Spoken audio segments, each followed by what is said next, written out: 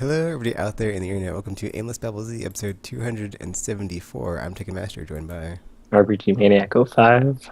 And Trioptical. So, yeah, we got some very light what you've been playing, I'm guessing. We'll see. Um, Yeah. some more Arkham Knight DLC action. Woohoo! And news? DLC. Sure. Okay, yeah, whatever. We'll see what happens. I don't know what's going on with the news then.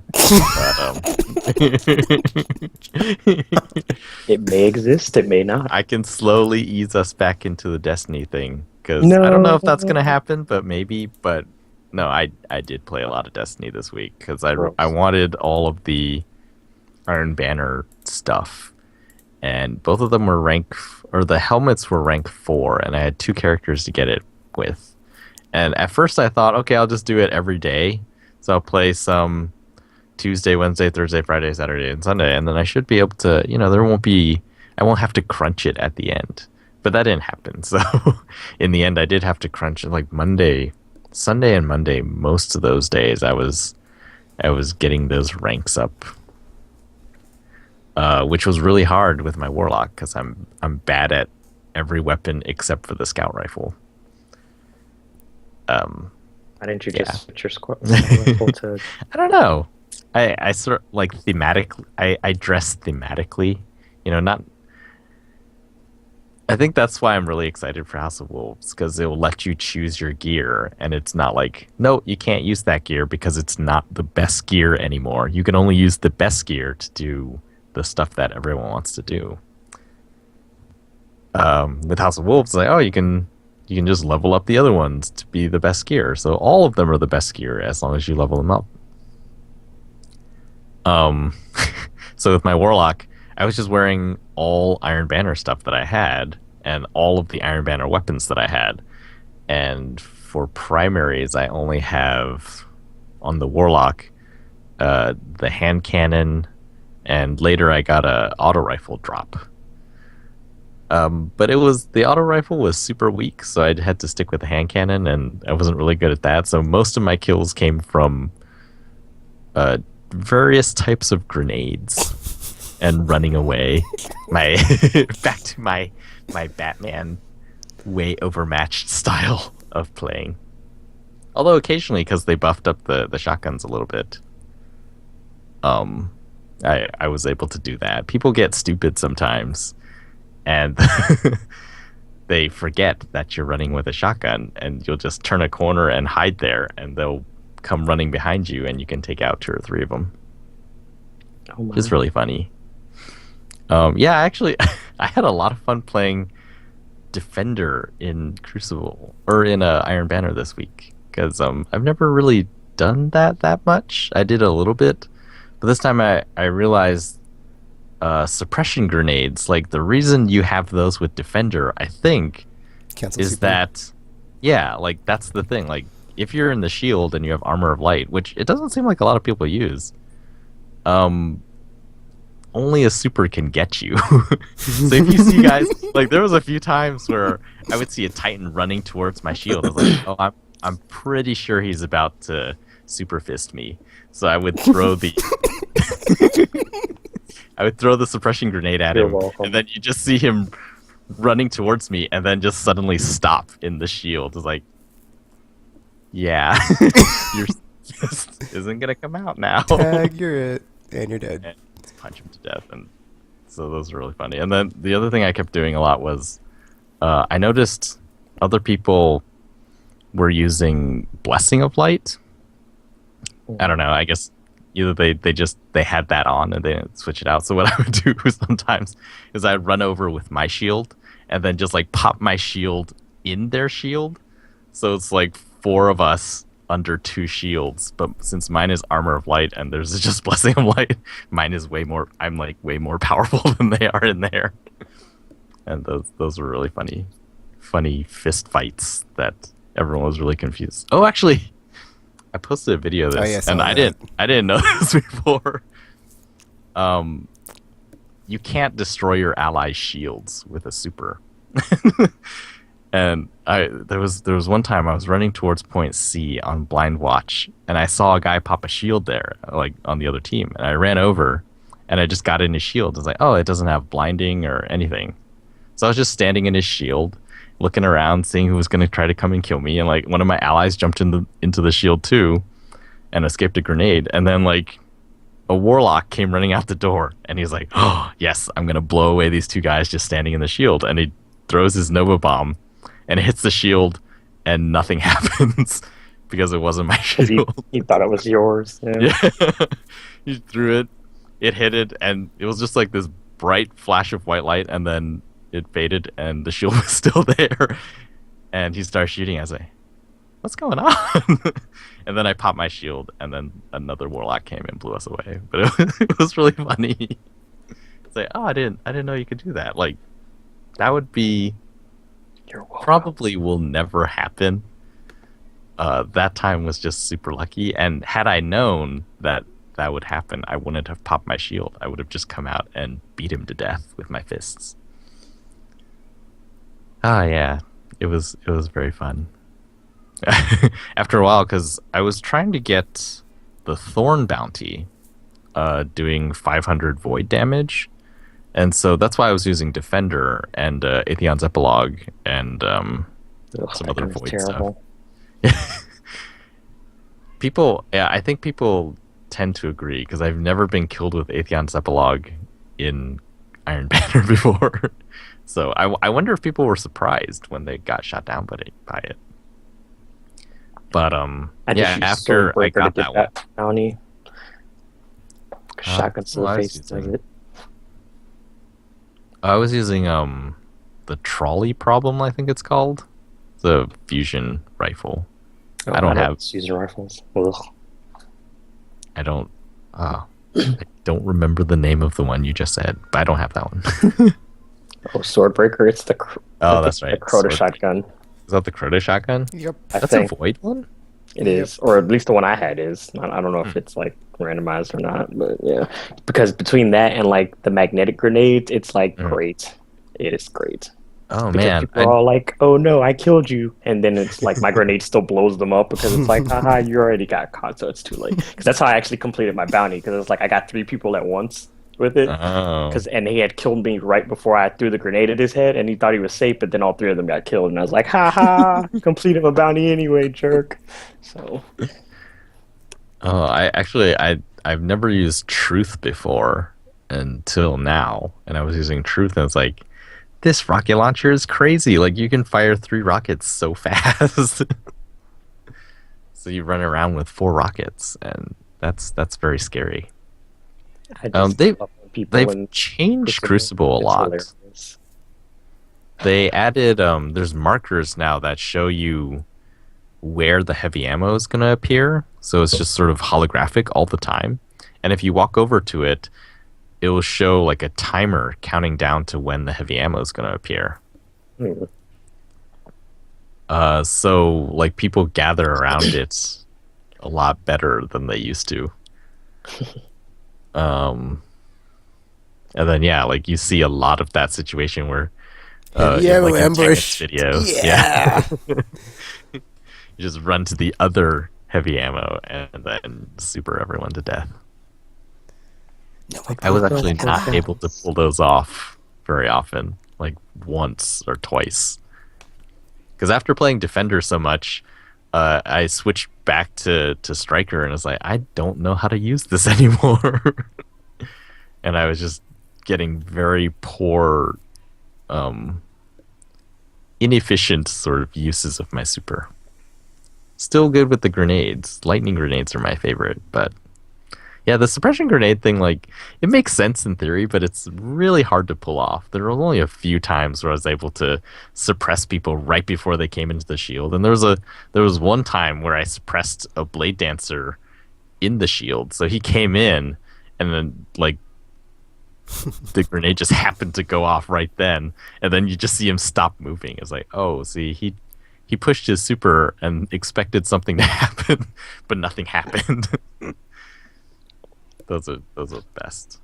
I always like let the suppression grenades off inside my shield as opposed to Inside the throwing them shield. at people and then just jump out of it.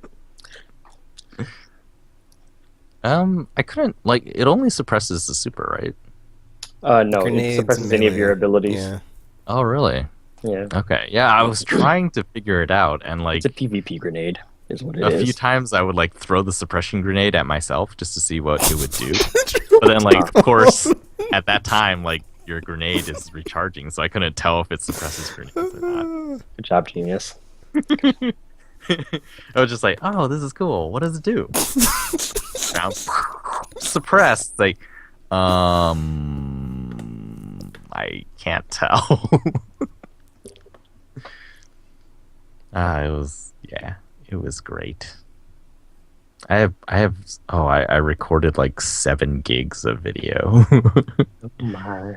5-minute clips, and it was like there was a lot of funny situations. Like, oh, I do like Control. Control is fun.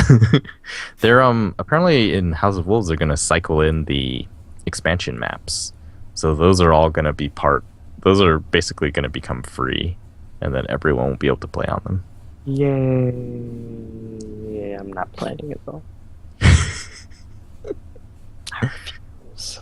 So yeah, I got that. They've changed. I played the strikes with my other group because they wanted the coins, and they've changed the health amounts on the strikes that no one liked. So I'm assuming ours ones will be better now too. But like Omnigore was way easier than it used to be. The Mars strikes, the worst strikes ever. Hopefully those will be okay now. We will see. I mean, how do you have 2 strikes that are both full of damage sponges? That just seems like that was not a good idea at all. The bosses are damage managed RPG, so you know. Yeah, but they were like, it was like pretty egregious on those That is because it's true. like the flares are like all damage sponge and there's 3 of them, and then it's like Well, the thing is, Valus they have the like, shields, so it's like, you know. There's even once you get the shields down, it still takes forever to kill them, Good point. and then it's like Valus is just Valus. So, yeah. It's like, wow, you're kind of You're the worst. shooting me. I don't care. La la la. Shoot rockets at you. La la la. Oh, summon my friends. Yay, ads. Whee! Isn't this fun, guys? How much fun are you having? Like, not at all.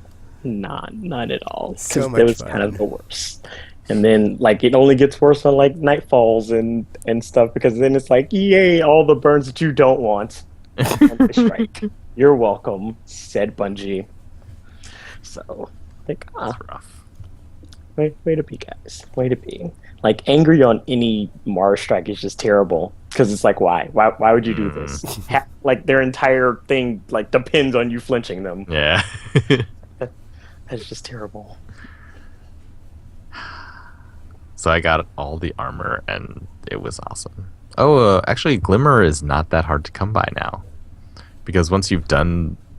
Like, you get those kill bonuses after you've killed a certain number of a certain stuff. And then you get more Glimmer from them. And it just turns out, like, I had never known how you're supposed to get Glimmer, which I think is...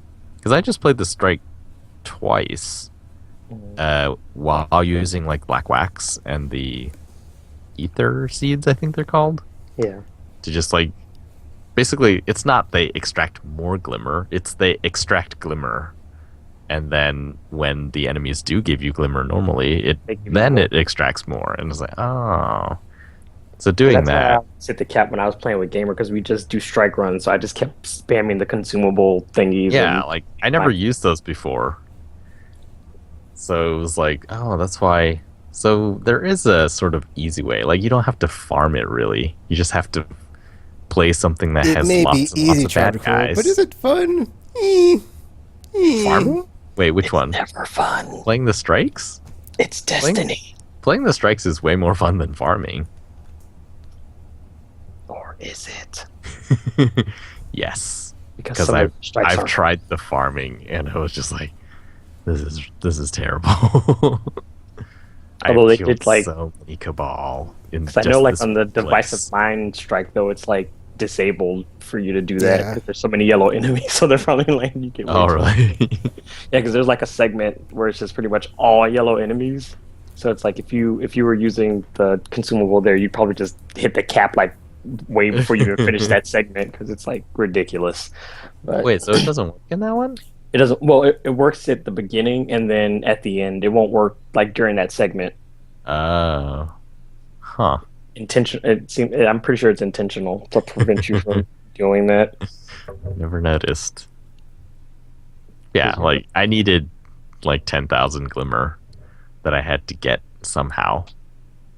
Because it seems like they drop more glimmer in the Crucible now too.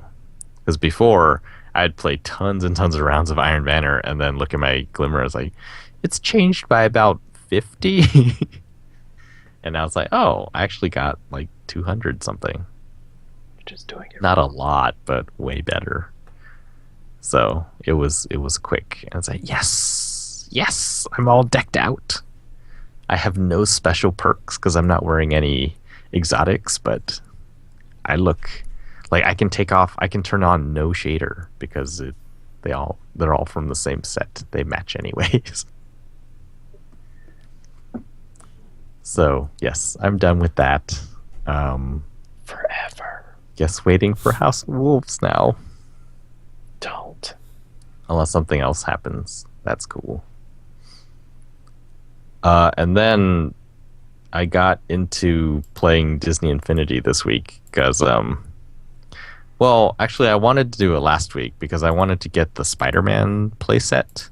Mm-hmm. And it was $15 last week at Target. Usually, I think it's like $35 to $40. Oh my. And so I've just been like, I'm going to wait for a price drop on this. I was like, ooh, there's a sale, but I haven't really played the base game. All right, if I finish the base game, I'll go get the Spider-Man one. Well, I didn't finish the base game. In fact, I didn't even play it last week. I started playing this week after I saw the announcement for the third one, just to see it. Because I really haven't played it that much. And actually, so the coolest part was playing with my daughter because it allowed me to see, like when they describe these games, they're always like, oh, it's sort of magical when you put this statue on this thing and it comes to life in the game. It's like, well, I'm like 35 and looking at that's like, nah, it's not really magic. It's like, circuits and chips, and it's Way to already ruin the programmed to magic, the game. Tropical. Way to ruin the magic. But then watching her, like, she's been playing with the figures for a long time. Oh. And then when she saw it in the game, she had like this moment of realization. And so earlier today, she was just rapidly switching the character that I was playing as off of the pad with other characters. So I can't actually play through the campaign when she's around, but she just likes watching new characters show up, replace the old character over and over and over. See, Tropical, she knows how to appreciate the magic. Yeah. You just go and ruin it all with your science and facts. Ugh. It was crazy. It was like, oh wow, it actually, well, I've said before, like, I think, what was it, live or orchestral music plus pixie dust is what Disney Magic is made out of. And yeah, like the games, just watching it again is like, yeah, like it really feels like Disney. Like this is just a random toy box place. Just, Aladdin's castle is over there, or it's not Aladdin's castle. That place that he lives is over there. And like a treehouse thing over here. And like Marvel, Spider-Man, New York is over there. And it's just like random different play sets put together. But just, you have the magic and you got the little particle effects going on. It's just like, this really feels like walking around Disney World. It's crazy. Stop it or I'm going to buy it. It's so good. How come you don't have it? That makes no sense. Because they keep announcing new ones every time I think about Disneyman. getting. So it's like, Zana. They're like, here's Disney Infinity. Here's Disney Infinity 2.0. Here's 3.0. It's like every time I'm ready to go, it's like, haha, where's a new .0 coming out? So I would actually say wait for 3.0. if I'm being totally honest, because I started playing through the campaign again, and a thing that they're talking about with the new one is that they've sort of redone the combat system again. Because when Ninja Theory came in on the second one, I guess it was already set or whatever. So there's like really noticeable lag between when you push a button and when the attack actually begins. And apparently, like, they fixed all of that for the third one because they're doing Star Wars, and it's just like, we can't have it all broken. It has to be good. And we're Ninja Theory. We made Devil May Cry and all that, so it has to be good. And it was glorious. So I think the third one, especially like price wise, like coming out, it's only going to be $65 compared to, I think the other ones were like $80 to $100 or something when they came out. So it's like cheaper, and it comes with the pad. Like now I'm thinking is like, well, when I get 3.0, like I'm gonna have more and more of these Disney Infinity pads. Like, what the heck am I supposed to do with them? You can make a super infinity. I'll make a Disney cube. Yes. See, Tropical, I had the same thought, except it was, I want to get this, but I don't want to start getting figures. So I was like, you know what? I'm not getting in on amiibos. F this crap. No, thank you. Well, Not except, happening. I mean, it works a bit differently. I was like, I'd have to get a treasure chest to get all these amiibos if I want to play them, because I can't just, download a digital code or something, 'cause, it's gotta be... I just don't want to get Physical 3.0, and they're like, no, figure. 4.0 just gets announced now. So, haha. It's like, stop it. Stop I'm it. sitting around and I'm thinking, like, so after I saw the announcement, I was like, that's pretty cool. Like, I think Disney Infinity is pretty cool. And then when I started playing it, it's like, wow, it is just as cool as I remember thinking when I first saw the first one. Like, just, the little details and stuff, and yeah, it really has all of that stuff. Like, it really feels like not the old, style license games where it's just like, oh, we have this thing, we think it's going to make lots of money. Hey, you studio who we have no connections with really, make us a game based on this thing. Like, this feels like Disney made this game. And so it has all of the little stuff that if you've seen a lot of Disney stuff and, now they're just... Someone described it as Disney has bought my childhood. Like, everything I liked as a child, Disney now owns. And so now all of that stuff, and it has all those little details. It's just like, it's very, very... The only thing I wish, like, they took Epic Mickey's pin swapping thing and they put that into Disney Infinity. That would be... Then it would have everything. Or maybe put musical numbers in. Then it would have everything. They're thinking about it. I hope so. You want musical numbers? Whatever. Tropical. Well, it is Disney, so I mean, Yeah. that's kind of like a part of the magic. You have anything more to say about this game, Tropical, before we move on? I'm surprised, actually, that it has continued. Like, it's sort of... Or not Disney, just the whole toy game combo Toys to life thing. thing. Because I really thought that when Disney Infinity came out, it would sort of kill Skylanders, and Skylanders would scale back. But they haven't. Like, they've gone bigger and more stuff. And Disney Infinity, and then, Amiibos. And it's like... Lego And, Dimensions or whatever. Yeah, by this fall, Lego's Dimensions. So it's like... I'm sort of like, how much can we take? Like, at what point does it become Rock Band Guitar Hero? Never. Oh, we'll just find like, out. no. We'll find out, because No more. all the toys, dudes. All the toys. All of the toys. Yes, I'm waiting for that to get announced at E3, guys. All of the toys. Under your chairs, everyone. Yes, I've been waiting for this. I would love so hard if someone did like a fake out of that, of like, oh, look at your chairs. Just kidding, you're not getting anything. We were just We kinda joking messed about up. that. Nothing free for you. You got all excited for nothing. But if you check the PlayStation Store right now,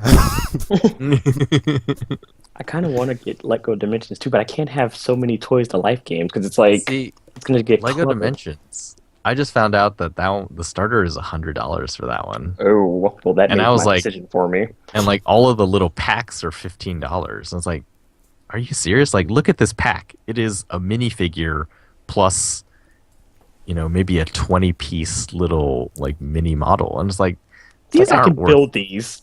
Yeah, out of like for cheaper. you could get this for $7 if it was just Legos, but because it's Legos and technology, you're thinking, yeah, we can get double. And so I feel like they're banking hard on the Lego license or just Brand. like brand name, and I'm like, I was excited about this one, but I think it's too much. They're gonna be disappointed. It's too much. So I'm Batman.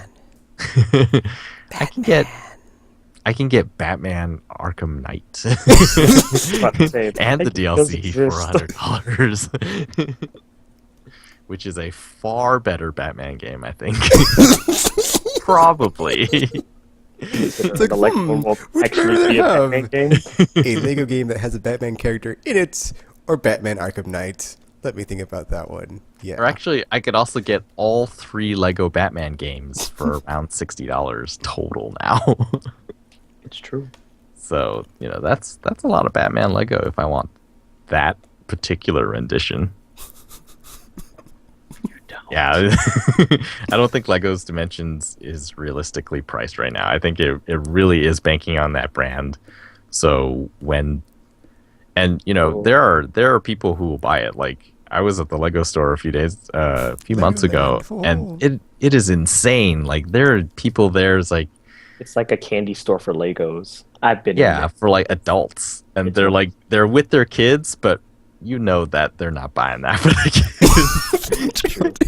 They're like, so we'll get these 4, and the kids just standing around, not really even that interested. Kids don't understand. They don't understand.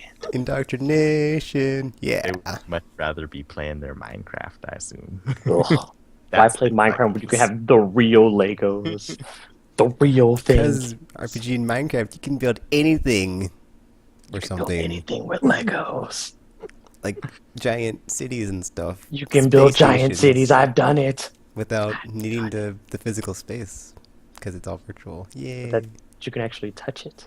And your action figures can play on them. And you can be like, haha, I made Lego weapons for my action figures. Oh my god, I used to have so many good times with my Legos and my action figures. I missed that. Ah, That's childhood. what playing Disney Infinity is like. You already sold me on a tropical. Gosh. Yeah, so disclaimer here, like I haven't bought anything in a few months now. Like, and I have nothing scheduled. Like the only thing I have scheduled to buy is Batman, like end of June almost. So, and they say that thing where it's like you can't, the willpower has a limit. So perhaps, disclaimer, perhaps I'm being affected by this. But right now, it's like, I want everything Disney Infinity. All of the Disney. I'm just like very excited right now. It's like, ooh, I want, after seeing, like, I have a lot of characters right now. It's like, just seeing the detail on all those characters and their animations and everything and like that. I'm just like, oh, this is really cool. I don't want the power discs because I think those are stupid, but like the figures, like, these are really cool, and the effort that they've put into all of this is like, wow, I'm really pumped for that. But yeah, I haven't bought anything in a while, so maybe that's the onset of the opposite of thriftiness that we established last time. That thing. The opposite. We're gonna get you a thesaurus for your birthday. I forget what it was. But yeah, those are basically what I've been playing. Yay! So fun! Go get it! Oh, but not now. Oh, unless there's figures you want now. No, That's the okay. thing. Like, I don't think they make the figures. Like, some of the older figures are gone. Like, I was looking for Oh no, Violet from The Incredibles, Oh, and it's just nowhere. And so I looked on Amazon, and people were selling it for like $30. oh my! I was like, that is more than twice the cost that it was. Yay, Amiibo economy. You Oh, want this and- old figure? You can't find it? You're going to pay. Well, that probably wasn't intentional though, unlike Nintendo's. which was I'm gonna intentional. go a little bit aimless here, but like the price at GameStop is higher than everywhere else. And it is very baffling for me. It's just like how does their model work here? Like, or are they intentionally trying to not sell Disney Infinity characters? Like their characters cost on average, I think like $2 more than everywhere else. Everywhere else used to sell them for $13, and they're $15 at GameStop. And I was like, well, this makes no sense to me. And part of me thinks maybe it's because they also sell used ones, and their used ones are priced at, I think, the $13 or $14. And so they go around saying, hey, look, like the used ones are cheaper than the new ones. Like, but your used ones are the same price as new ones everywhere else. And the even more ridiculous one sometimes they do is they will cut the price of the new ones down to the regular price at other stores and say, hey, look, $1 off. Like, how does this work? Like, are you trying to not sell them so eventually you'll be the only place that has any, and then you can price them however you want? Or Yes. that makes no sense. Yeah, it's weird. It's brilliant. That's what it is. Absolutely brilliant. So I would say, yeah, get 3.0. Don't get 2.0. Unless, but get characters that you want now. Because they're cheap right now, or cheaper right now, because I guess celebrating the enthusiasm for the third one, or predicted enthusiasm. Do they work across platforms though? Because Yeah. oh god. So the figures work in everything. I want a Hulkbuster. I saw that in the screenshot. I was like, ooh, Hulkbuster Iron Man. It looks so cool. But all the 3.0 stuff I've seen so far has just been like Star Wars stuff, which is a problem for me because it's like I've never seen you can watch any of these, so you can watch all of Star Wars Rebels right now on StarWars.com. I don't know what that is. Season 1. It's the animated one. Or you could all watch all of Clone Wars on Netflix. You can start anywhere, basically. Not really Disney. I don't know. Actually, Rebels is Disney. But still, They made Rebels after Disney. I don't know, Tropical. It's still Star Wars. I mean, Or, if you only care about Disney properties, like, or not even including Marvel. well, of course I love Marvel. Don't let's not get carried away, Tropical. I'm just not familiar with the whole Star Wars thing. See, like, oh man, it's hard because the thing is, it's a lot like Little Big Planet. So like the first one, there was more Disney worlds that the developers had made, but like primarily, like in the second one, the developers only made Marvel worlds. So there's only New York, or 2 New Yorks. There's the Avengers one and the Spider-Man one. And then Guardians of the Galaxy is on, I don't know, some space place. And then like there are no Disney worlds made by the developers. Like it's all like Little Big Planet style. So you can actually go online. Like the one I saw was they have this project where they're building all of Disneyland. Oh my gosh. And so I was running around this recreation of Disneyland in the game. And it's like, oh, so this is pretty neat. But it's not like story content or anything like that. Do the rides work? A few of them. So, well, it's part of a contest. So what they did is they built the park areas as the developers, and then the contest is everyone else is supposed to go build the rides, and then they choose like the best version of the ride, and then they hook it up to the door in the sort of hub area. And so I which one was it? I think it was. Well, actually, there was a fun Space Mountain thing that I found today. That was pretty cool. So yeah, like people are building the rides. Star Wars, though.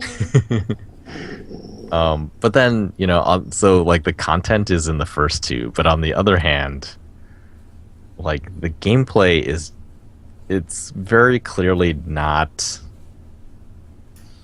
I mean, I guess we would say it's a kid's game, so it's very not super precise or deep or anything like that.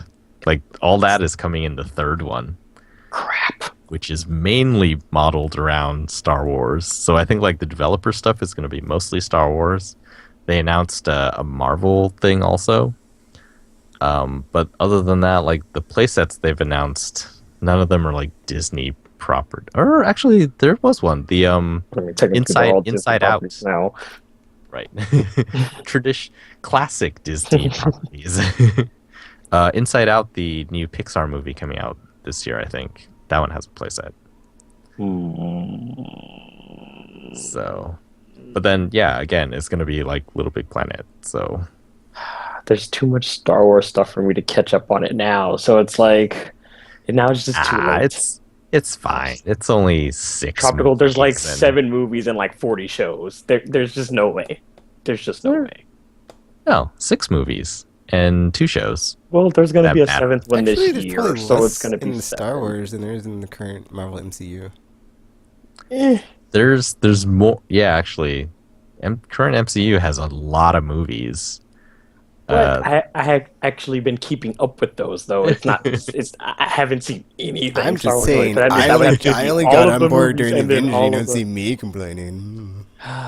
But that's different though, because you had already probably like watched the other ones as they came out, and then you just went back and saw the previous ones. I've only seen Avengers, Winter Soldier, and Guardians of the Galaxy, and Avengers 2. Oh, I'm waiting to go back and get the other ones when the set comes out. Are you going to see Ant-Man? Yep. Okay. So I'm on board now. After all they're on board Marvel. now. Well, since you haven't seen it, I can't say anything. But man, dude, stuff is like. I know that stuff. Yeah. Like that, sadly. The second rising action. It was like very set-up-y. Like, yep. It's very much like these 3 movies kind of pretty much are like a beginning, middle, and end. Because like the middle it's movie, so cool, like they're so standalone. You don't need to see like all the other crap. I mean, stuff. It's like oh yeah. I don't know how I feel about that though, because it's like it's setting up too much. It was doing too much. It's like, oh, here's this reference to the Black Panther, because that's happening. That was great. That was great. I love that. See that too? It's like too much. It's like, guys, bring it in. We need a standalone movie. We don't need like references to all the movies that are coming out after this. Not all of them. I think like, there's less. Well, I mean, to see like the good Star Wars, I guess it's 3 movies and 5.5 seasons of a TV show. That is a lot of seasons. But the TV show isn't like one of your 1-hour drama shows. It's a 20-some minute like cartoon show. I keep forgetting that because I'm like supposed to binge watch it every Tuesday, and like keep forgetting I have other stuff to do. And I'm like, dang it, I need to binge watch this. It's really good. Like so I watched episode 1. And I was like, oh man, that episode 2, the way it starts. I tried watching Clone Wars when it was like airing on whatever the hell channel it was airing on, and then I think I was probably like in the middle of like a season I probably shouldn't have been in, and I was like, I don't know what's going on. If you start from the beginning, it's a lot better. Everyone has swords made out of lasers and trying to kill each other. I don't know what's happening. I would say actually just watch just like watch the first 2 Star Wars movies that were ever released, and then if you are like if you don't hate it at that point, then you watch the 3rd one. Oh.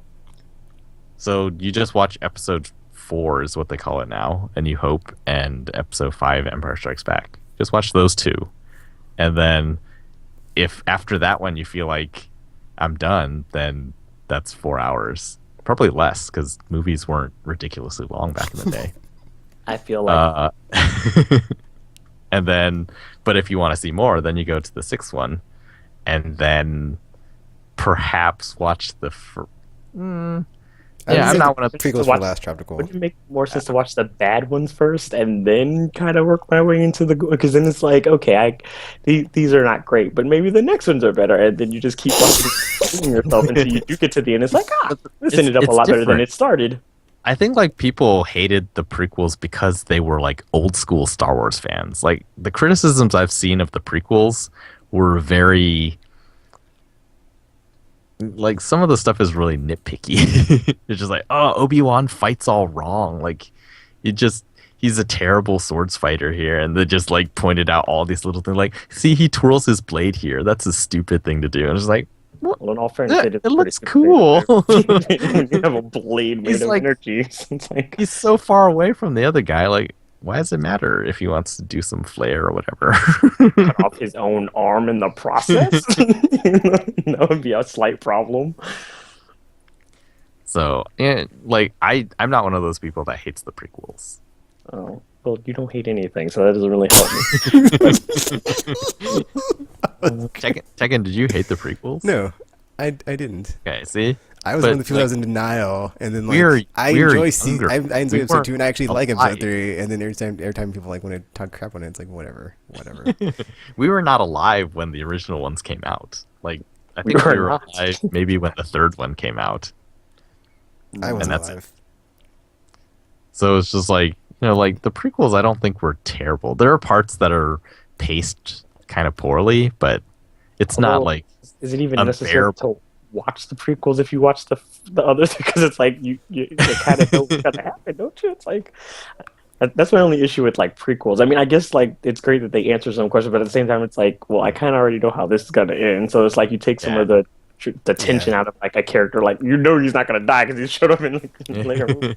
So I think what it is like the original trilogy was like it was very well contained. Like so, they work together or they work on their own very well. And then when you added the prequels,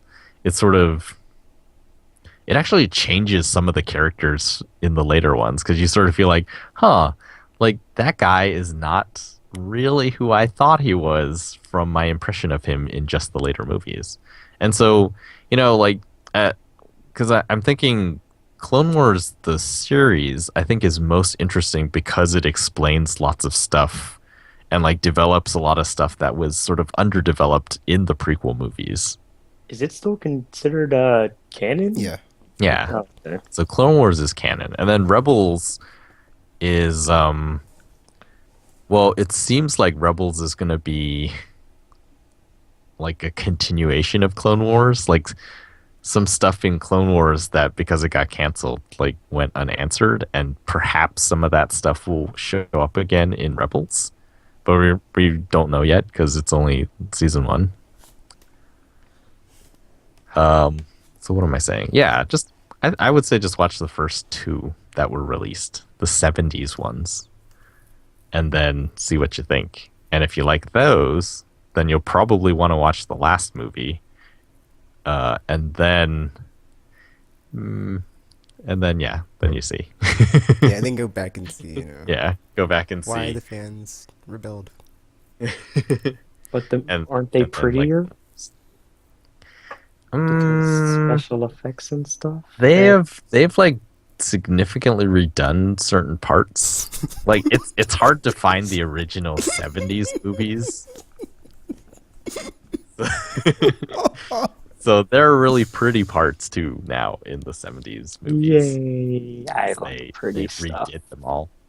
I just realized something. It's like, yeah, someone's like watching the 4, 5, and 6 for the first time. They're not actually watching 4, 5. Well, they are, but they're like completely different.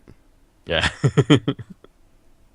That's what I remember thinking that back when the prequels started coming out. Like I saw it and I was like, wait, so in the future it will not be sort of the twist that it was when the movies first came out. Right? What? Because you'll know what happened. Oh yeah, you're right. And it was just like, that's gonna be weird. Like, that's what people loved about that one. I'm being intentionally cryptic here. I'm just about to say, what are you talking about? Don't know what you're saying. You're being vague. I don't like this. I don't like Like, secrets. so, like, should people watch it in the orders of the episodes in the future? It's like, I don't. And I'm sitting here thinking about recommendations. I don't think they should. I think they should watch it from the middle, and then, if they're interested, go back to the beginning. I agree with that statement. Watch it in the order that it was released.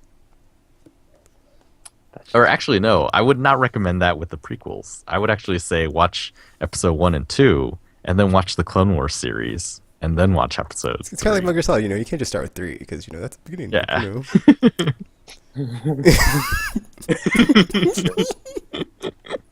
So it begins, and this is why people are so confused with some of these series, because it's like, nah, guys, it's good. We'll just make them up as we go. What's Oh, source man. I just, I read a review of Secret Wars that's going on in the Marvel comic universe or whatever. Mm. I don't get it at all. Same thing. Yeah, go watch New Hope and Empire Strikes Back. Mm. Then you'll be ready for Disney Infinity 3. Woo! That sounds. And we brought it back. All right, who's been playing what? So yeah, I guess I'll go Good job, next. team. Good job. Disney Infinity and Beyond, may the force be with you. But yeah, Ew. I've been playing. Oh wait, there's something. Well, okay, so in handhelds, I've been playing Okay, it's funny because I thought I had got everybody to level 99, but that is not the case. So I was wrong. Just the ladies, I've gotten to level 99. Sexist. Some of the dudes, not so much. So I was like going through the character list, and I was like, wait a minute, I thought I was gonna get this trophy or thingy, whatever, and I didn't. I was like, oh, that's right, I was just doing the ladies first, and then I was like, oh, whoops. Yeah, you are. Well, Not all of them. I mean, I had like some dudes in level 99. all of the ladies. And Yeah, all of, I did all the ladies first because I had. Yeah, like, you did. I had like I was going like as like in like when I first started did the characters I liked first, and then I was like, okay, let me just do all the ladies because when you get like keep digging that hole. when you have all the ladies on your when you have all of one gender on your team, you get like this XP bonus. I did the ladies and I did the dudes, but then I kept unlocking more and more. So I was like, okay, I'll just get all the ladies first, and I did them, and then I completely forgot I had some dudes I had not gone back and done. So now I'm doing that. Shut up, G. So, I'm sorry, it's just your wording. It's just it sounds, and it just keeps sounding worse and worse because you keep going and making it. so now I'm doing that, even though I thought I was done. So I still have stuff to do in this game, and well, I'm sure I'll move on eventually, but I'm still But then my earbuds are dying, so like I kind of want to Buy new ones. I don't want to buy new ones because it costs money, but You can buy I guess cheap I will. Whatever. So because they were cheap, so but I have extras, so yeah, I'll just switch them out. Besides that, I don't think I played any more Deus Ex actually. Sadly enough, 'cause I was What? I had like I didn't play any Mercenary Kings because like work was so crazy, and I was like, dude, I just need to come home and watch a documentary to cleanse my mind of the past 9 hours I've been through. No matter. It was a very very traumatic week for me. I don't want to talk about it, but yeah. Let's see. So, and then I didn't play any Deus Ex because yesterday I had stuff to do, and then I got home and I was like, I just wanted to watch a documentary. I don't know. I like watching documentaries. It's weird. Whatever. So yeah. And then last week I talked about my secret May the Fourth Be With You game, and that game was, ironically enough, well, I guess it has to be a Star Wars game because it was May the Fourth Be With You. But because we just got done talking about this, but Star Wars, Jedi Knight, Jedi Academy, Jedi Knight 3. I've not played this game before, and I was like, dude, this game, awesome. Like, it's really cool. Wait, isn't like, that the fighting game? No, it's not a fighting game. Oh, wait, what is one of the academies a fighting game? Am I confusing them with something else? I'm confusing them with something else. Mutant There was Academy. a Star Wars. You're thinking of Star Wars. No, X-Men. there was a Star Wars fighting game because I remember. Yeah, there is one. It's called Masters of Terrace Kazi. Yeah. Oh, so yeah, it was Mutant Academy. Then I was probably thinking of that dude. I was like, "Where's the Academy thing?" That's Oh, not right. man, I want to play that There was game. a fighting game. But yeah, it's cool. Like you get force powers, and you can switch. You can pick light side or dark side. It's kind of weird though, because I'm not sure if like you can, like if you can like be light side but still have dark side powers. Because it seems like you can do that. Like you can be. Because I haven't got to a part in the game where it's like, okay, be good or be evil. Like we have to make a choice yet. So I'm still like at the academy, learning Underleague, which is cool, and Kyle Katarn's there, which is cool. But I thought that was impossible. You're not supposed to be able to do stuff with other side power thingies, mabobs. That's why I haven't found out yet though. But it's weird. So it's like you can pick like both light and dark side powers, but you haven't got to a part of the game where you have to like morally choose, are you good or evil? So I'm still waiting for that. Is Jedi Academy Jedi Knight 2? It should Jedi Knight 3. Is Jedi Knight 3? Yeah. Okay. Actually, hold on. Dark Forces 4? Yeah, Dark Forces 4. Because I was like, there's not 3 Jedi Knight games. There's Jedi Knight 2. Okay. So confused. Because Jedi Knight is actually Dark Forces 2. So that's what I got wrong with the numbering. But yeah, it's the one after. No, wait. Jedi Knight 2 is Jedi Outcast. Oh yeah. Okay, I'm tripping. Okay, So it's Academy Jedi is Jedi Knight 3. Okay, yeah. So I didn't want to play 2 because I knew 2 was like kind of and like this one. Oh, I hadn't played it, but I just like know from reviews it's kind of But then this one I've heard nothing but good things about, and then like yeah, I can confirm it's pretty effing awesome because you can like. You get your lightsaber from the start. You have to like worry about the stupid quest that you get at the beginning of Jedi Outcast, like not even There's have dual it. wielding. And then yeah, you can like pick to be like a staff style like Darth Maul or double wield or single blade. And then you can choose different races. That's cool. And like depending on like your gender, you get different voice actor. So, but I chose a dude. So I was like, let me pick one that looks like myself because that's how I usually play the first time through. So I'm going through, and then stuff goes down, and story wise is pretty good too so far. So it's like I'm enjoying it. And Do they have lightsabers that are like lances? Has anyone done that yet? No. Mm. Oh, you also get to choose your blade color and your hilt. So that's pretty cool. Yep. And yeah, in between missions, you get like these briefings from different characters. Like C-3PO's there, sometimes Luke's there, sometimes Kyle's there, and it's cool because like sometimes it like depending on what happens, you'll be able to like get support from one of them on a mission or just go solo. And he's like, in Kyle Katarn's like, or like at the beginning, like the first chapter, it's kind of like broken into chapters. It's not called chapters, but whatever. So like you get a certain number of planets to choose the mission to go on, and then the first set is like you're teamed up with Kyle because he's like, well, you're not skilled enough to go on your own, blah blah blah, I'll help you. And then after that, he's like sending you out on your own, and then it's like you're doing stuff on your own to like get more experience and whatnot. So that's pretty cool. And then depending on like the order, I don't know what happens like if you choose them in different order, but you basically don't have to do them all either. You can like basically get to the last one in the set, and it's like Luke will be like, oh, we found some more intel, come back to the temple and talk to me about it, or to choose this next mission. So you don't even have to like do all the missions. So you can just like breeze right through it faster. But then every time you complete a mission, you get more force blah blah blah, more force points to put into your force abilities. So it's like I've been doing all of them. But yeah, I've very much enjoyed it. So I mean, it is kind of limited. The powers that you get, you only get like 4 per light side, dark side. So but whatever. So yeah, I've been enjoying it. Isn't that all there is? I mean, they don't have like. Well, no, there's like the main. You have like the core abilities, and there's like 4 or 8, I can't remember, and then you have like 4 for dark side and 4 for light side. So Yeah, isn't that like all there is? The whole telekinesis thing, lightning, and then what else do they have? Mind control. There's also just normal guns, but I've been playing lightsaber only the whole time, except for this one part where my lightsaber got taken and I had to use guns. So that's what I've been doing. Did you panic? Nope. Have you played a Republic Commando? Yes, I have. Okay. I love that game. That game is That's what I awesome. played last year, or one of the games I played last year for My Fun With You. And now I'm itching to.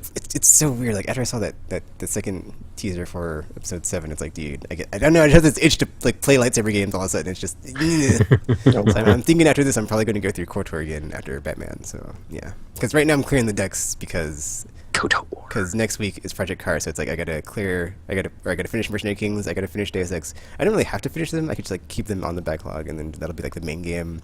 And then I'll just devour that and go back to playing those, and then until Batman comes out, and then yeah. But if that happens, then I can have like time between then and Batman. So yeah. But then flipping House of Wolves comes out, so. But I have vacation, so it's cool. So yeah. Don't do it. And that is all I've been playing. Or is it? Nope, because I didn't get yeah. Or I mean, yes, that's all I've been playing. Because yeah, actually, I played a bit of Marvel Heroes, but it was just because like if you logged in on Free Comic Book Day, you got this free Iron Man armor, but I have no idea how to redeem it. So yeah. But that game has changed a lot. Like graphically, the engine looks really different. It looks better. And then, yeah, it does look better. And then like the login screen now is like that scene from the movie when they're all doing their attack at the same time in slow motion. That's pretty cool. Oh. And then like I guess you get assist characters because I was walking around and I see people with like their little pets, or well they look like they're pets from like an MMO that follow a character. And I guess you get like assist characters. So I haven't got one yet. So and oh yeah, like every day you log in, you get like a bonus thingy. So I was like, ooh, if I keep logging in, I'll just keep getting stuff. But That's how they get you. Every game that wants you to play free to play has that now. now I'm just looking to see like how many days to log in to get a free character. Because geez, it's been forever since I've gotten one. Ugh, I have Daredevil and Thing. Fun. Gross. And then every update, it's like it messes up the balance, so you have to like redistribute your points on your skill tree, and it's just so annoying every time that happens. And it's like I had my Daredevil perfectly effing set the first effing time, and like now it's just like, you know what, I'm done. I'm just like whatever, like until I can play through a bit and then unlock something. But we'll see when that happens, which won't be for a while. So yeah, that's all I've been playing. Sorry.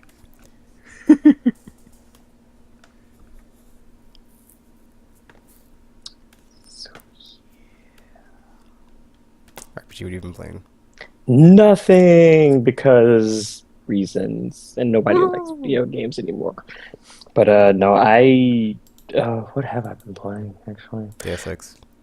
I played like Ether One briefly because it's free, I think, on PSN. So I was like, yeah, free games, why not? I do want that one. I picked it up because I was like, why not? Because it's free, and I do that sometimes. Where I'm like, oh, they have free games on there. I'll pick it up and play it, and then I usually just like get bored and stop playing them because I mean they're free. I didn't buy them, so it doesn't matter. So I played it for a bit, and it's like I'm not really sure what type of game it is. It seemed like it's kind of like one of those point and click adventure games, kind of, except you're not pointing and clicking because you have a controller, but there's very light puzzle solving, I guess, going on, but you're like inside some old lady's mind or something that you're trying to restore, and stuff happens, I guess, because you're like the restorer is what they're called. So yeah, like I don't really know. I don't really know what to say about this game because like I don't know. It's just you kind of just walk around and kind of do like these little environmental puzzles every once in a while, and there's like a lot of exposition going on when you're picking up stuff and everything. So I'm assuming you're just like trying to fix this lady so she's not crazy, and then you're good. So I don't know if I'm gonna go back and play it or not. I mean, I might just because I'm curious, but I don't know. It's weird. It's not like I don't know. It's not like the usual type of games I play. So I don't know. I don't know. It might be terrible. It might not be. Who knows? But one thing I do know is that it's free. I don't remember what the other games that are free this month are, so that's probably the only reason why I just picked that one up. Murasaki Baby, Tales of the Sun, or whatever it's called. 2 other ones I already have. Because I think Murasaki Baby is the only one that I don't have this month, and it's like, oh, whatever. So, or Race the Sun, or whatever it's called. The one Tropical played that. Oh yeah, Race the Sun. Yeah, that's free this week. Month. You can't race the sun. It doesn't move. That's not how that works. Oh, I think Hohokum The is sun also does free. move. Yep, Hohokum's free. But no. Oh, I did download Guacamelee. I just haven't played it yet. That game is fun. Because I remember one of you talking about it. They're both Guacamelee. So I might end up maybe playing it once it's all downloaded and stuff. It might be fun. It might be terrible. I don't know. I'll find out. So that's how that goes. And other than that, I played some Deus Ex mostly because I needed to find something to play, so I have something to talk about on the podcast. So I was like, okay, I can do this because Become another job. basically. Oh it's no! It's like fine. I'll play Deus Ex, I guess. So I was making my way through that. I don't remember where the last time I left off when I was talking about it before, because I was breaking and entering into people's offices. But so I was doing that, and I was Oh, like, yeah. it's like I should probably actually start making progress because otherwise I'm just gonna be not doing what I'm supposed to be doing right now. So I stopped and I went to go talk to the people I was supposed to talk to while I was in there and stopped breaking into people's office. I mean, I still broke into other people's offices because I mean they were there, so I was like, yeah, sure, why not? But I talked to that one guy, the the one jerk guy. What's his name? Pritchard. Him. That guy. I can't stand him. He's so. Yeah. I don't know.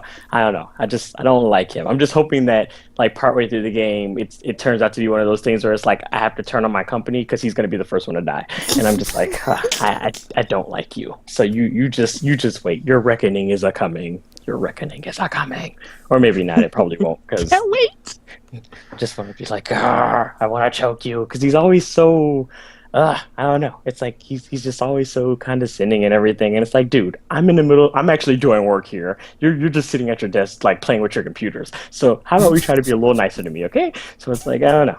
You're just such a jerk. Just such a jerk. So I talked to him, and then I went to go talk to my boss, and then my boss is all like, I got missions for you. And I was like, of course you do, because I'm the only one who works around here. So then I picked those up, and then I started doing like all the side quests in Detroit. So it was just me going around and talking to people and just, breaking into people's apartments and stealing stuff because that I'm good at. I could do that without a problem. I'm just terrible at like stealth. But it's like when I have to go find a way into somewhere, I could do that. I was all inchworming over electrified floors and stuff and just like jumping through windows and it's like, see, I could do this. But when there's enemies involved, yeah, that's where we run into problems, which was kind of terrible because like one of the missions like involved me breaking into the police station. I mean, I technically probably could have went in like the normal way if I would have just not been such a jerk to that desk guy. But then I was like, he was trying to give me the business. I was like, no, you sit down. This is not how this conversation is gonna go. So I put him in his place, and he was like, you know what? Fine, then. You just find your own way in. And I was like, crap. So then I had to go do this the hard way because we're gonna screw the pooch on that one. So I was like, fine, it's okay. I'm good at breaking into places anyway. It's like what I do. So I found an alleyway, and I went in there, and then I did like a bunch of side missions in there too because apparently it's like some of them were like several of the side missions were like all in the same place. So it's like I had to be at the police station for other stuff anyway. So I was like, oh, that's convenient because I could just do all that. So I was able to go into that one storehouse that had like the stuff on what's her face's death and all that stuff, and I got all that stuff while I was over there. And then I broke into the police station and started stealing all their stuff. And I was like, haha, you didn't stop me from getting in. And then I went to talk to him after I left because I was like, wanted to rub it in his face, but he wouldn't talk to me because I guess he was still kind of bitter about the whole me yelling at him thing. So I was like, fine, I don't care. I still got what I needed. So face. So I did that, and then I was doing that stuff, and I finally got to the first boss fight, which was like I was like, yay, I'm making progress now. So and I got the ghost achievement during that too, and I was so proud of myself. Wow. I was like, I got through that whole level without getting I was like, oh my god, a lot of cameras and dudes. I know. That's why I was so proud of me. I was like, oh me, I did it. I did it, guys. So now I never have to do it again. I've done what I needed to do. So it's like now I could just go in guns a-blazing everywhere. RPG, all the XP you got. Nope.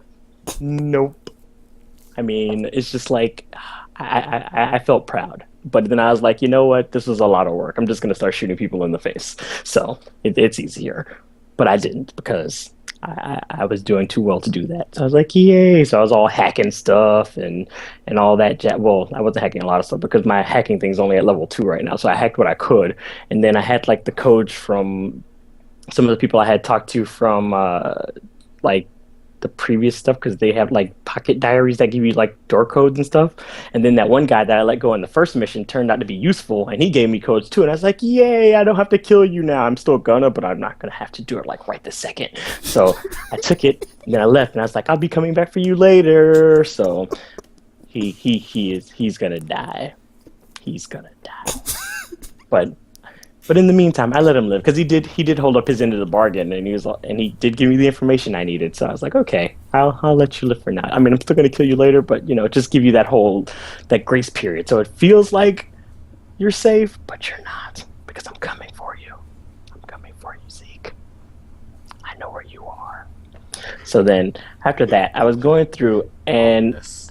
I was going through the whole factory thing. I was like, holy crap, there's a robot here, which is I think like the first one I saw like since the game started because I mean I assumed there were some obviously because anytime I hacked in like a security terminal there was like a thing for like the robot turrets and stuff and it just say it wasn't available, but I didn't realize they were so big. I thought they were like little drones or something that were flying around. They are not. They're like Metal Gear things. So I was like, that is not fun looking. So I might have to eventually try to like upgrade my hacking thingy so I can like control them. Unless there's not a lot of them, then I don't want to waste my points because then it's like, well, what's the point of this? So yeah, so I haven't done that yet. But I got through to the first boss fight and I was all like, yay! And then he started killing me, and I was like, oh, this is not fun at all because he has like a machine gun arm, and that's not fair because I don't have a machine gun arm. So I was like running around the level, and I found like these canister things, and one of them like has a gas in it or something. So he gets all distracted when you throw it in his face. So then I just start throwing all the explosive barrels at him, and then he died. And I was like, well, that was easy. And then it's like, I guess when in doubt, blow things up is how you do that. So I was like, haha, who's the winner now? And yeah, he got deaded, and I won. So after that, I went back to the office and I was like, I feel better. And then, of course, Pritchard had to be all jumping down my throat again because, like, this guy, he's really asking for it because apparently he doesn't like living. So he just kept jumping down my throat about our boss being shady or whatever. And I was like, sure, I'll talk to him. It's fine. Which, by the way, the boss has like a really cool, like, cyber arm for him. I think it's all like embroidered and stuff. And I was like, oh, that's cool. I want one of those arms. I wish I could kill him and take his. But it's like, probably can't do that because he's my boss. But he does have a cool arm, though. So there's that. But yeah, after I talked to him, he all gave me a passport and stuff. And he's like, you're going to Russia. And I was like, that's not Shanghai. That's in China, silly. So we were going. So now we're off to China. And I'm there now helping a prostitute because I got lost in a hotel. Because apparently that's a thing in China is hotels that are actually brothels, More because like that air is, quote hotel. Mhm. yeah, I just want to say that's not a hotel. When I saw the name of it, I was like, oh, okay. And then I was like, wait, this isn't a hotel. That's not how hotels work. I've worked in hotels. This is not a hotel. So yeah, it's like a strip club slash brothel thing. And then I ended up talking to one girl. Apparently, prostitutes get augmented, and I was like how? Like I was curious, but then I was like at the same time, it's like, this could be gross. So I don't know. I don't know how I feel about this whole future and what they're doing to people to increase their pleasure and stuff. I was like, this just sounds wrong. So that's why I took the job, because I was like, I'll help your friend so she doesn't turn into some weird sex robot thing or whatever it is that happens to augmented prostitutes. So I'm in the middle of that quest right now, and that's where I stopped because I got hungry and went to go eat. So that happened, and that was pretty much it. I also haven't used any of my Paraxis because I don't know what to use them on. So I'm sitting on like 14 points right now, and I'm like, well, what should I do with them? Because I don't know, and I just have not upgraded at all since I started. Do you do So that with every game you play? so a lot of times I do. I'm seeing some pattern here, but you just saying. I The pattern. Yeah, I do that a lot because it's one of those things. Well, it's like because sometimes there are games where like you get like abilities like unlock as you play kind of thing, and then there's some where they are all there at the beginning, and you just kind of have to like work through a skill tree thing. But then it's like I'll play and I'm like, I don't really know what I want, because there's things I want, but at the same time I was like, I don't know what order I should get them in. So I'm like, I don't know. I should just save them and wait, and then just do like a bunch at once. But then I'm like, if I wait too long, I'm going to end up beating this game without ever using any points, and that kind of defeats the purpose, because it's like, well, I'm not augmented at all. Am I doing all of this stuff? So I don't know, and it just happens to be that way sometimes, because I'll play and then I'm like, I should probably do this as I go, but then I always end up like like skill upping thing or whatever you want to call it. So I haven't. So I haven't actually like upgraded myself at all yet, and I was like, I'm gonna have to do these. I'm gonna have to use these eventually. Otherwise, I'm just gonna be like all weak sauce and not be able to do anything. Because I know I'm assuming there are like some cool augmentations in there because there are things that you probably need some of them for. Like, I don't know, but I'm sure you need stuff. And yeah, I don't know. I should do that because I want to get like the one where you can like lift heavy things, but I'm like, how useful is that going to really be for me if I get it? And then I'm just like, what was the purpose of this? Why did I waste my point on this? So that's also part of the reason too, because it's like I don't know which augmentations I'll actually need, and it's like during some of the like the side quests, I kind of figured that like certain combinations of augmentations would have actually like helped me in certain situations, but I'm like, I don't want to have it, and then it's like I just needed it for this one thing, and then I just wasted points. So I don't know. I don't know. Right now, my Jensen is just kind of vanilla until I figure out what I actually want to do. So yeah, I don't know. I don't know because I don't know what augmentations are useful and which ones aren't. But that's pretty much it. That's how you've been playing? Yes. All right. Well, before we move on, I just wanted to mention that the lightsaber fights, like one-on-one in Jedi Academy, are awesome. Yeah. Okay, so middle segment, tropical. Sure. It's basically about the. Did we talk about it last week? I think. Yep. It was the season pass. Like, so last week the problem with the season pass for Arkham Knight was that I'll put up their image from the hamburger separated out in all the different pieces. one, Burgers. so debatable. Or so one, the problem was they just said the price and they didn't really say anything about it. So it was kind of like, hey, just give us money. Eventually, someday we'll give you something. Which is like, that is not how you sell stuff. Like, that just makes no sense. Now we know what's going to be in it. Sort of. They gave us a list. It's like story missions. So Batgirl, A Matter of the Family. It's like a prequel story expansion where you play as Batgirl. Season of Infamy. It's a Batman story mission. Whole bunch of story arcs, missions, and gameplay features. Gotham City Stories, where you play as, I guess, sidekicks. And it's both prequel and sequel stuff. Yeah, it's like various sidekicks. And allies. I guess not everyone was a sidekick, huh? Everyone's a sidekick to Batman. Challenge maps. And then little stuff. Character skins, Batmobile skins, and also Batman, what's it called? Legendary Legendary Batmobiles with themed tracks. So it's custom built racetracks themed for Batmobiles of specific eras. So racetracks, basically.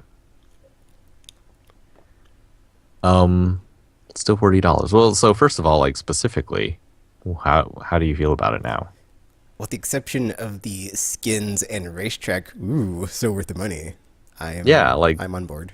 All that stuff seems really awesome to me. Like when I saw it, I was like, the Batgirl thing, the stories in Arkham City, Gotham City, like that seems pretty substantial. That seems like good stuff. That being said, though, it's like you already had Catwoman, Robin, and Nightwing in the last game, so it's like you're not really getting anything new. It seems in this one, it's like, we're holding back Batgirl extra because you haven't had to play with her yet. Haha, suck it. Well, I mean, there's only been Robin like story stuff, right?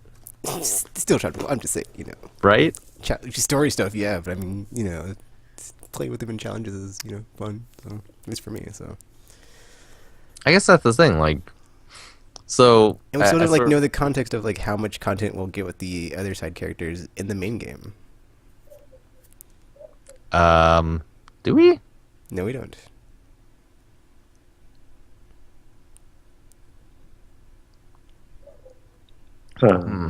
So, well, I mean, I guess the question is, this is kind of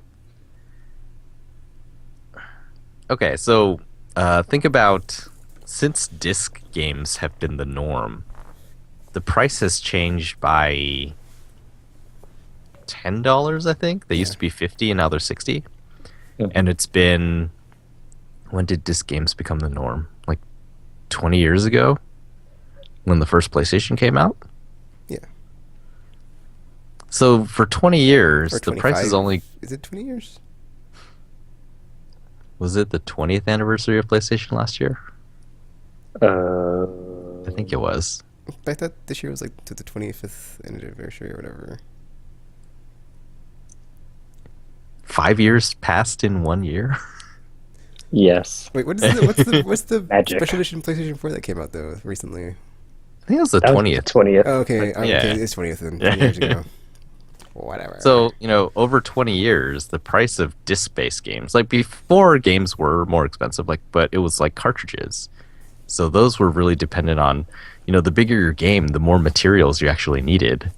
And then, so perhaps that accounted for some of those $80. Like, my Ninja Turtles 3 was $75 on the NES. But yeah, like once it became standardized and it was just discs, like the price of discs has only gone up $10 over the last 20 years. Whereas the games, I mean, compare a PS1 launch game to the games coming out now on Blu-ray disc, and there's a pretty substantial difference. And yet, it seems like people still feel like a game is a game. So if all this stuff was free 20 years ago, why should it cost more now? So I think we're finally we're running into that wall where it's like now we actually have to look at it and be like, oh, it actually is probably, reasonably I can understand. It's like, yeah, okay. I mean, definitely it probably costs more to make these games today. But it doesn't feel good, I guess. So I don't. I guess the question is sort of like, There's also like the level of trust. yeah, it's like how do we feel about how it's going in the game industry? Where it's going for us consumers? Ugh. I I don't know, man. Like I I I think we're getting the short end of the stick because it's like there's like what I would think of if you asked me like a question of like where I thought games were going as far as like the experiences or whatever. It wouldn't be or I don't know. It's kind of like the examples I would make wouldn't be analogous across the genres, but it's like I would think that like the base experience you get would just be it's like the bucket analogy where it's like we're just getting like bigger buckets, but it doesn't seem like we're getting bigger buckets. It seems like the bucket isn't growing. It's like the same bucket, but the water or like the materials within the bucket are just like of such higher quality of just like we pulled this from the moon and it's such space age quality material and state of the arts. We've crafted it down through the most advanced technologies and look how amazing it is. Or So 1886.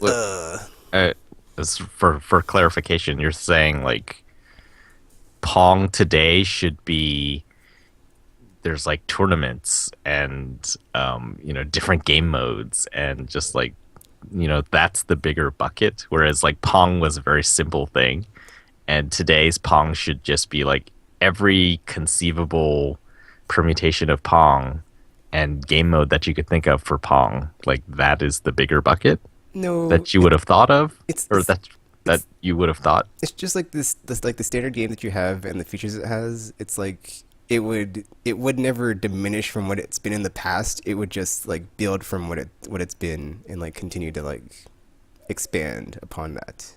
And then like the length of the campaign of the game, that single player, it would be like even more or even bigger and expansive every time out instead of being like, oh, here's the base game and here's the add-on DLC that you have to pay more for. Oh, so it would be more like Super Mario Brothers 1 versus like Mario Galaxy. Yeah. Okay.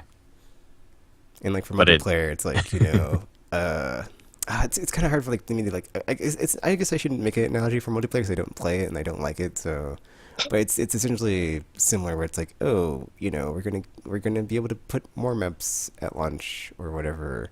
I mean, I don't, it doesn't really bother me like the model they have was like, oh, we get this many maps, but it's like it should never be like less than what it was the last time. It should always be like at a as many or more compared to like the last time. As opposed to if you look at like the Battlefield analogy, people are throwing out like those planets, no space battles, So we're getting the short end of the stick, like I said. That's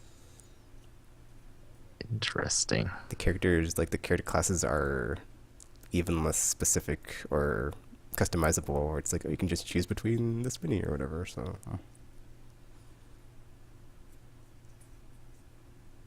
That I just saw something. So, does it feel like now players are more responsible for the fun of games? Like before, Super Mario, like they had to design every single level and design every single part, and so it was like entirely up to the developer to make every moment fun, right? But now we get a lot more games that are sort of they're like procedural, or I guess multiplayer is a good example because like if you have no one playing the multiplayer, then multiplayer isn't that fun. And like procedural games are kind of like that too. Like they're not making a ton of content, and like not all the content is custom made.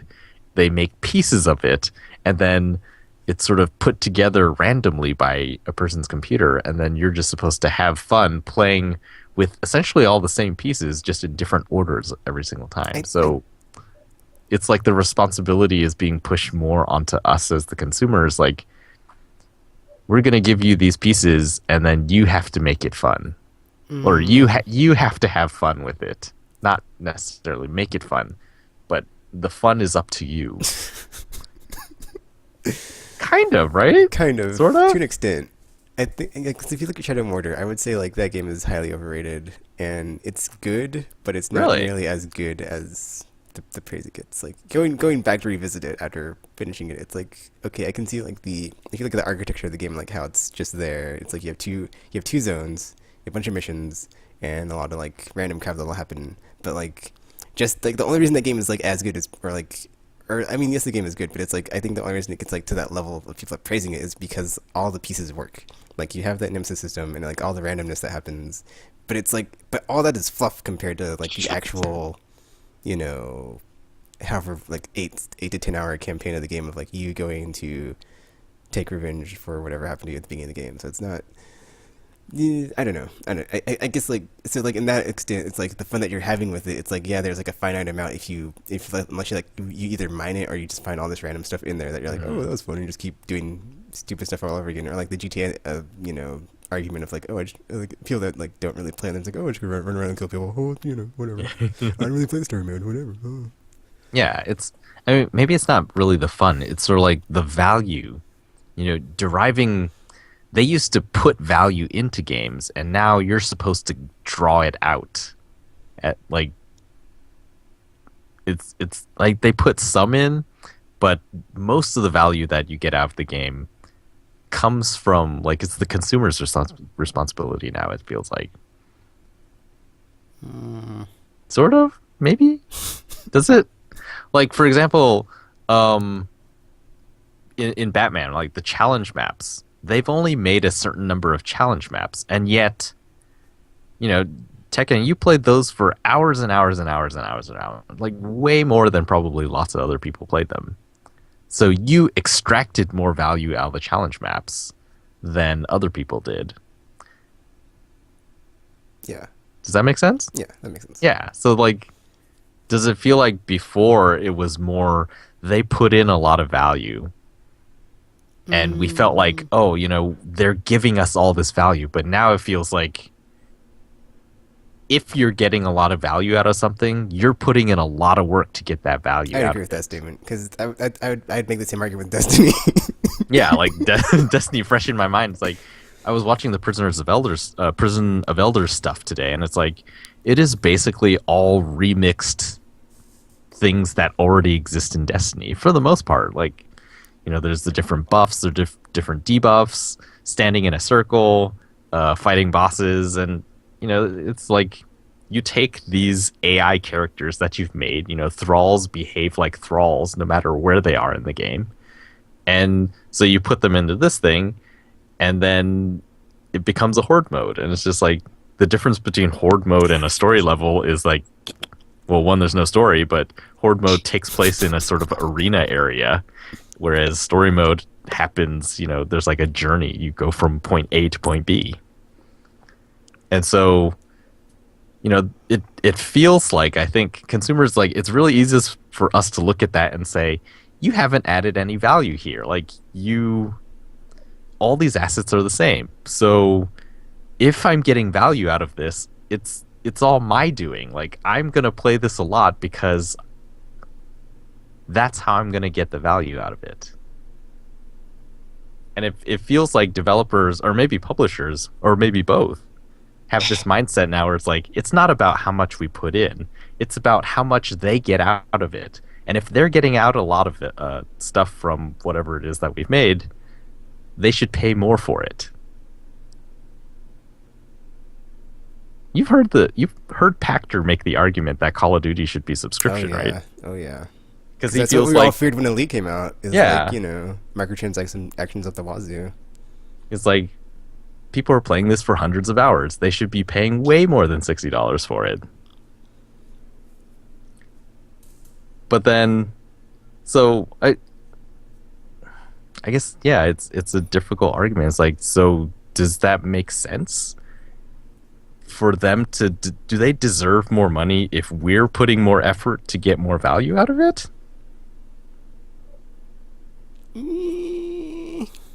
Or is it, go ahead.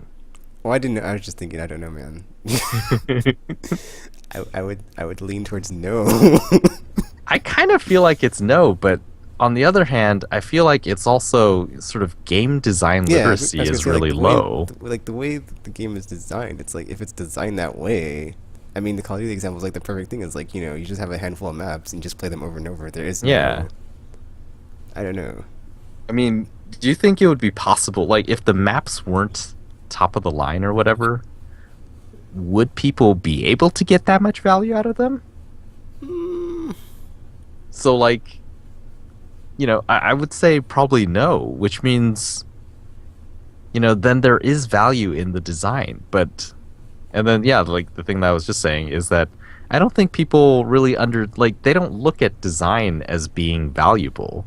They look at art as being valuable. They look at, voice acting and, like production value stuff as being valuable. But I don't think people look at design and say, wow, this design is so good, it allows me to play the game and still have fun, even after, thousands of hours.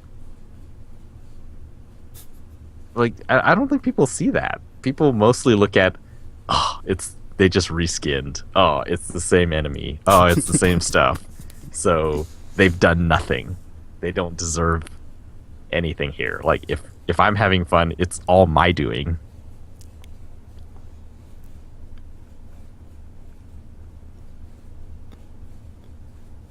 Do you have anything to say in this RPG? Not really. I mean, most of the games I play don't have that problem, so I don't. Yeah, like most of RPGs are sort of what I was talking about before, where it's like they have put lots and lots of value into every moment. Or have they?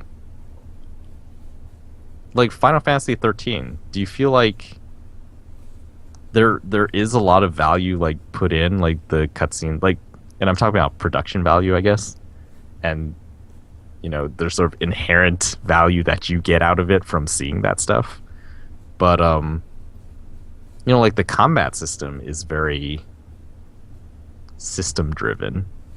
You can play on the plains for hundreds of hours. Is that what that was called?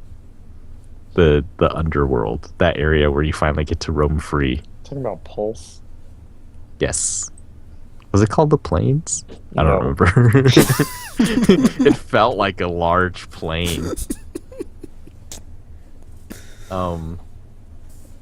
So like a person who wanted to do all the hunts and stuff there, like they get more value out of I it. think another thing that like you could, as I've been thinking about this, like another thing you could say is like it's kind of like on the one hand though it's a lot better than having to wait 12 to 24 months for like a sequel versus having additional content constantly come out that you're paying a reduced fee compared to the price of a full game.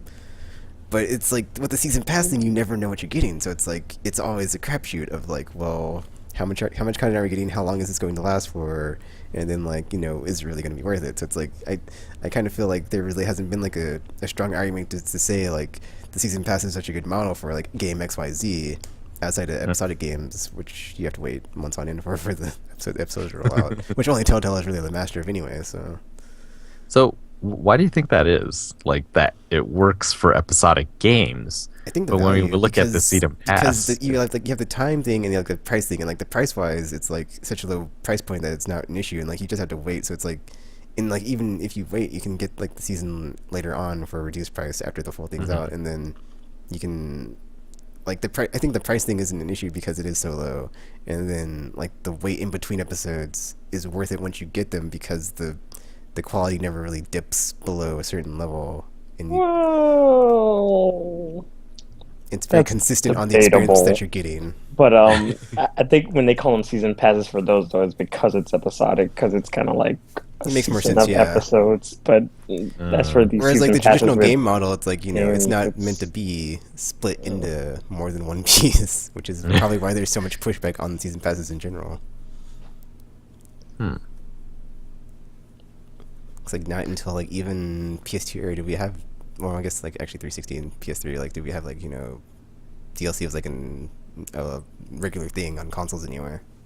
So I've kind of been rallying against DLC since it started, but it's like one of those things where the price. I've noticed like the prices of like these season passes and stuff is like kind of been creeping up slowly because it's like I've seen it used to be like $20. Yeah, and it's like now it's getting to a point where it's like 30 and 40, and eventually like it's going to cost as much as like a full game, and it's just going to get like out of control eventually, and it's just going to be like, well, where does it stop? Like when do we, we're just like, okay, we're good. You don't have to do what you're doing, because I've also noticed like a lot of the DLC and season pass stuff is usually not necessarily like. It's not like something that really adds to the game necessarily. It's just kind of like a lot of cosmetic things, or it's just stuff that you could probably do without, and it's just I don't know. It just seems more like a cash grab in some cases than actual like, hey, we want to give you some more stuff, but we just give for a little fee, and you can enjoy more of this world or whatever, instead of just like costumes and racetracks and stuff and things that probably don't make sense within the universe of the game that they're adding them to. I think that's another thing. It's like it's never really an extension of the experience. It's just more stuff, and like it's kind of like the context of the stuff that you're getting doesn't really. It's not really like But then it's like like in the like as far as like it being called a season pass, it never really. It's like as like the episodic games. It's like it's a full season. But a season pass for like a traditional game, it doesn't make sense for it to be called that because it never really adds to the base game. It also implies that there will be more than one season. It doesn't. Yeah. That's why I like the Borderlands 2 season pass is like they kept giving you more stuff after the initial story, and it was like tying back into it, and like new characters or just returning characters and stuff like that. But then if you look at games like Shadow of Mordor or Watch Dogs or Far Cry, it's like Far Cry had like one base story mission that was like the season pass, but then the rest was just escape them from the thingy, some multiplayer crap, and probably something else.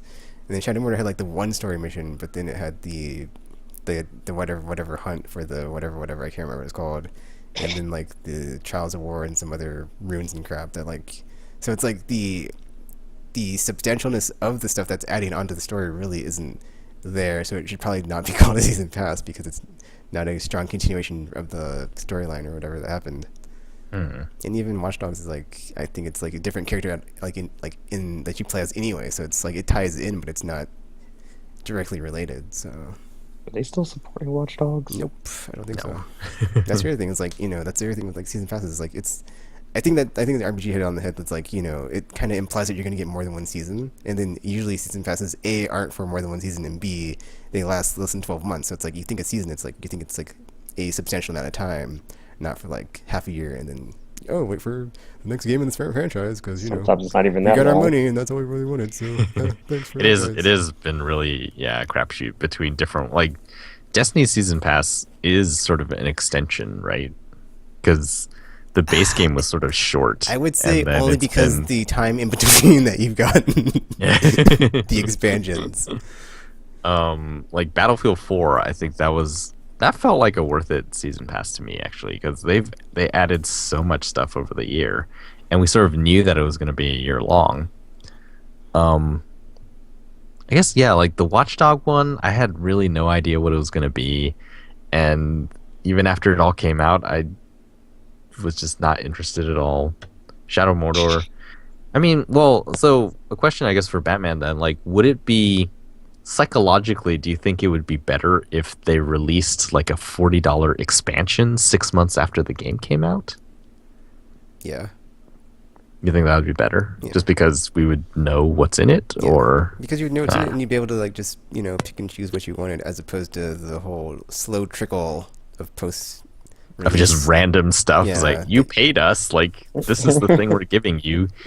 You better enjoy it. If not, tough. We already have your isn't money. that kind of how expansion packs, work? Yeah. I mean, It's like they should they, have never changed the phrasing on that for PR reasons. So yeah, and and then it's like like for me, it's like I was personally upset about Borderlands 2 because like the season pass was so good and I like didn't want it to end at season 1. I like thought they'd keep like pumping stuff out, but they didn't. So I mean, yeah, we got the mercenary packs or whatever, but it wasn't the same. So it's like you don't know when it's going to end, and then like you don't know what the quality of the content's going to be. But then like when it's something really good like Borderlands, you want to keep going, but it's like, oh, sorry, that's all, guys. And it's like, what? So that was a downer. I mean, yeah, if they're gonna do expansion, they might as well just do expansions. Don't I'm not like a fan of the whole season pass model. If they're gonna just release them, just like do it in one chunk, charge people for that, and then call it a day instead of doing like this more vague cryptic thing at the beginning, and then people are kind of sitting there waiting and hoping that you will get something, and then if your game ends up selling poorly and people have already bought into this, then it's like, well, we're not supporting it anymore. Oh, yeah, so like Arkham Origins on Wii U, sorry, it's like sucks to be you. they completely like So- went back on it. it's kind of At like, least they got their money back. but they wouldn't have had that problem to begin with if they just They didn't have to do that. They didn't have to do a lot of things. Drop the boat. Yeah, also Arkham Origins was a pretty terrible one too, because it's like you only had one story thing with Cold Heart, and it's like, oh, it was good, but it's like I wanted more, and it's like, oh, that's it, guys. So, like just like Borderlands, that's all you get. We got your money though, so we won.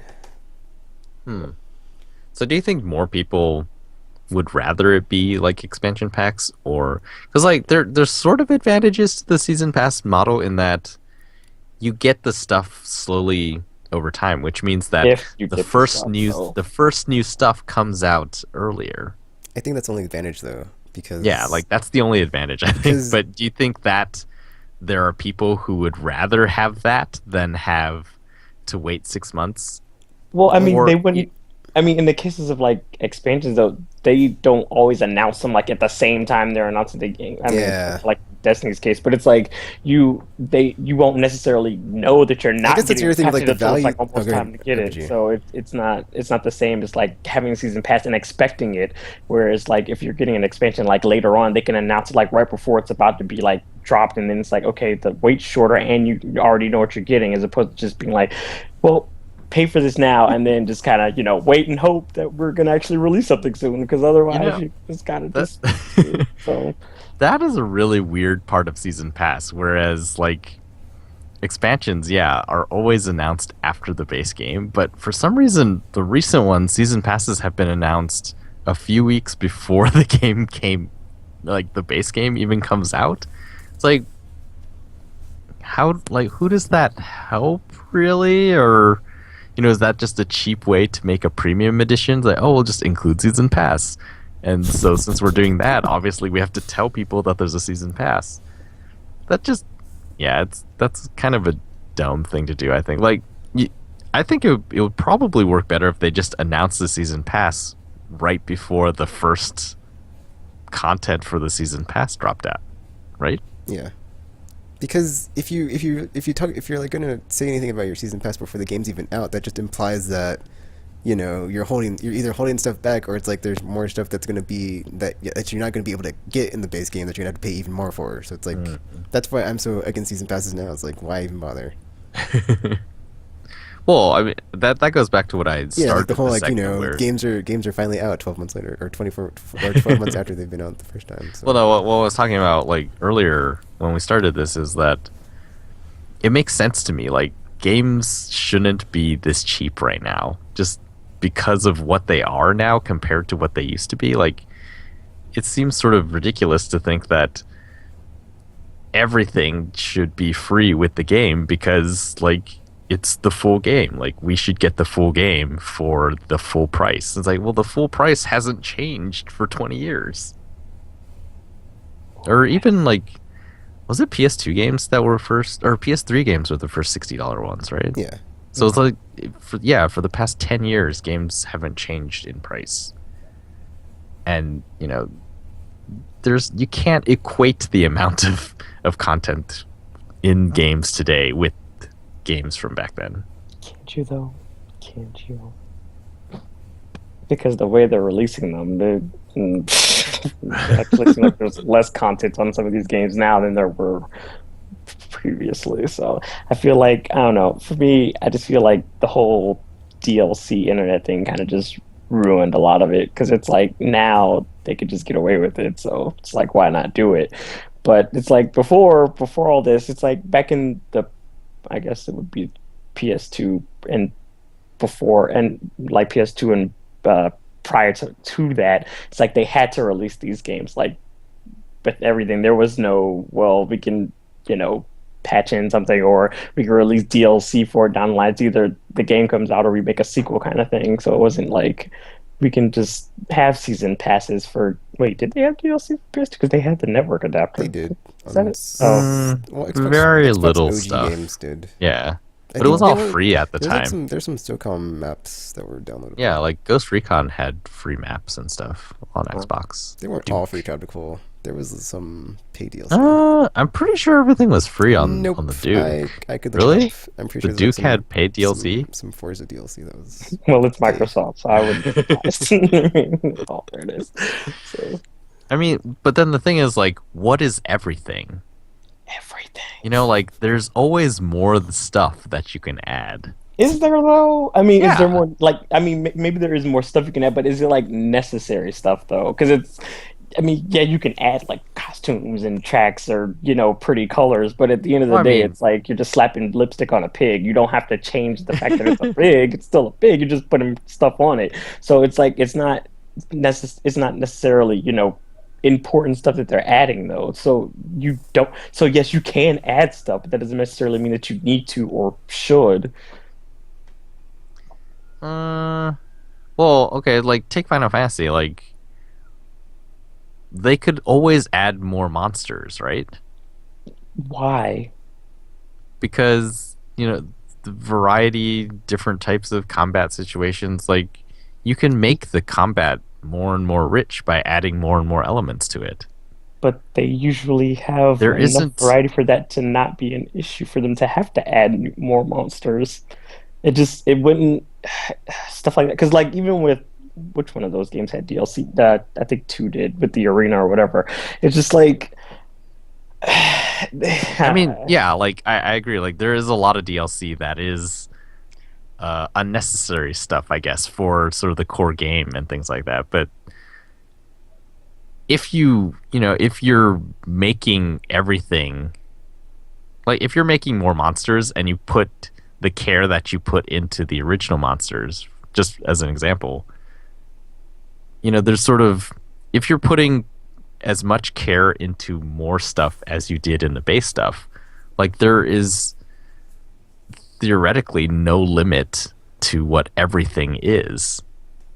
But if you already put that care into a complete game, you don't have to add. But what is complete?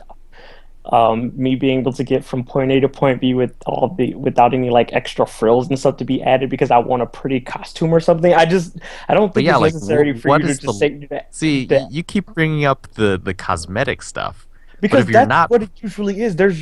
Okay, whenever somebody's just, I mean, like I said, from a lot of the DLC I've seen, it's pretty much just been that kind of stuff. There hasn't been like things where it's been like substantial like story additions or something that actually seems like it's actually required for you to actually play the game or enjoy it. You can play the full game and not have to, go out and get like these extra whatever the hells and it's still like a full game. It's not like you're going through and it's like, okay, this part is missing and this part is missing, and we took this out intentionally so we could charge you for it, and then it seems like we're giving you value, but really just giving you what you already had to begin with, and we were taking this, and it's just like it's not. I don't know. yeah. See what I'm talking about